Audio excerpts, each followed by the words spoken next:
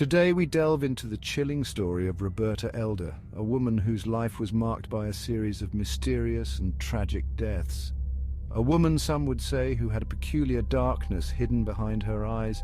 Nicknamed Mrs. Bluebeard, her tale is one of suspicion, poison, and a relentless pursuit of life insurance money. A trail of grief and despair seemingly followed in her wake. But was it merely a string of horrible coincidences, or something far more sinister? Our story begins in the heartland of America, a place where life moved at a slower pace, where neighbors knew neighbors, and secrets whispered through the cornfields. It was here that Roberta, a seemingly ordinary woman, began her deadly journey. Her first known victim was her common-law husband, John Woodward, a man full of life and dreams, struck down in his prime at the tender age of 36. The year was 1938. John's death, though shrouded in mystery, was attributed to natural causes at the time. After all, who could suspect foul play in such a quiet corner of the world? But as we'll soon discover, the seeds of doubt had been sown and a sinister pattern was beginning to emerge. A pattern that would leave a trail of heartbreak and unanswered questions in its wake. As the dust settled on John Woodward's untimely demise, a sense of unease lingered in the air. It wasn't long before tragedy struck again, this time claiming the lives of Roberta's 13-year-old son and 2-year-old grandson. Their deaths, occurring under suspicious circumstances, sent shockwaves through the community. Whispers of Roberta's possible involvement began to circulate, but concrete evidence remained elusive. The authorities, grappling with the seemingly inexplicable, were left with more questions than answers. How could misfortune strike with such chilling precision? Was Roberta merely a victim of circumstance, or was there a darker truth lurking beneath the surface? Years passed, and Roberta, now remarried to Reverend William H. Elder, seemed to have put the tragedies of the past behind her. The Reverend, a pillar of the community, was known for his kind heart and unwavering faith. But fate, it seemed, had a cruel twist in store. After consuming bananas and cheese given to him by Roberta, the Reverend fell gravely ill. His once robust health deteriorated rapidly, and despite the best efforts of medical professionals, he succumbed to his ailment. The circumstances surrounding his death were eerily familiar, echoing the tragedies that had haunted Roberta's past. Could this be another tragic coincidence, or was something more sinister at play? Chapter 4. A Child's Revelation. In the aftermath of Reverend Elder's passing, whispers of foul play began to swirl once more. The Reverend's children, haunted by their father's sudden decline, couldn't shake the feeling that something was amiss. Our father, he was getting worse. We couldn't understand why.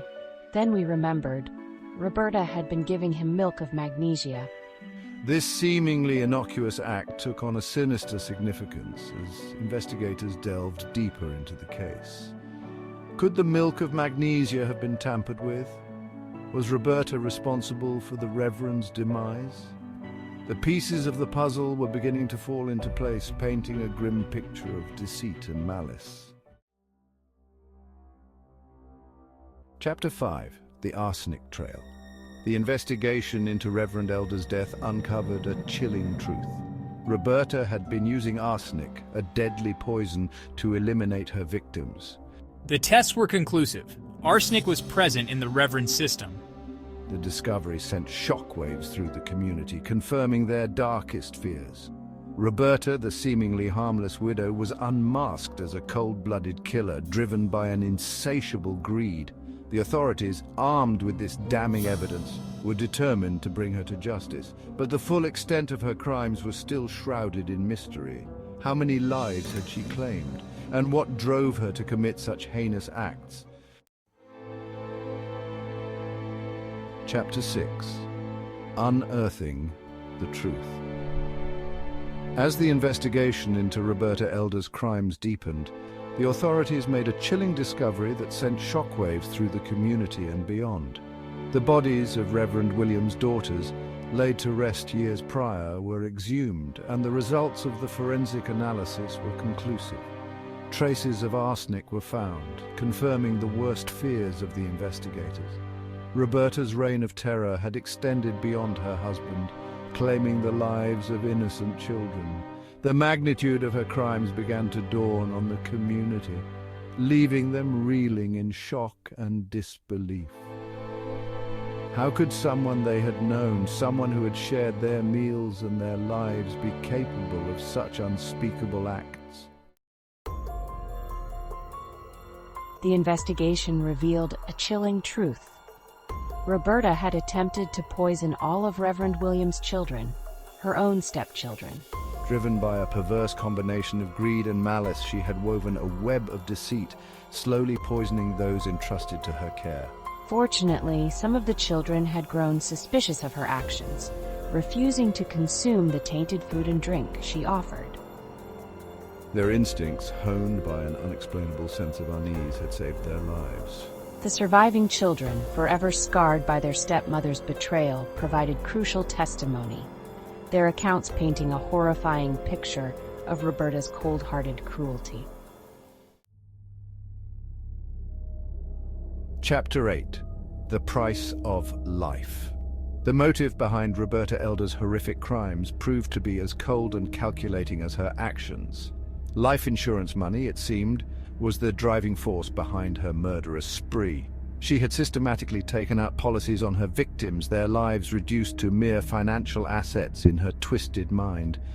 The pursuit of wealth had consumed her, extinguishing any shred of humanity that may have once flickered within.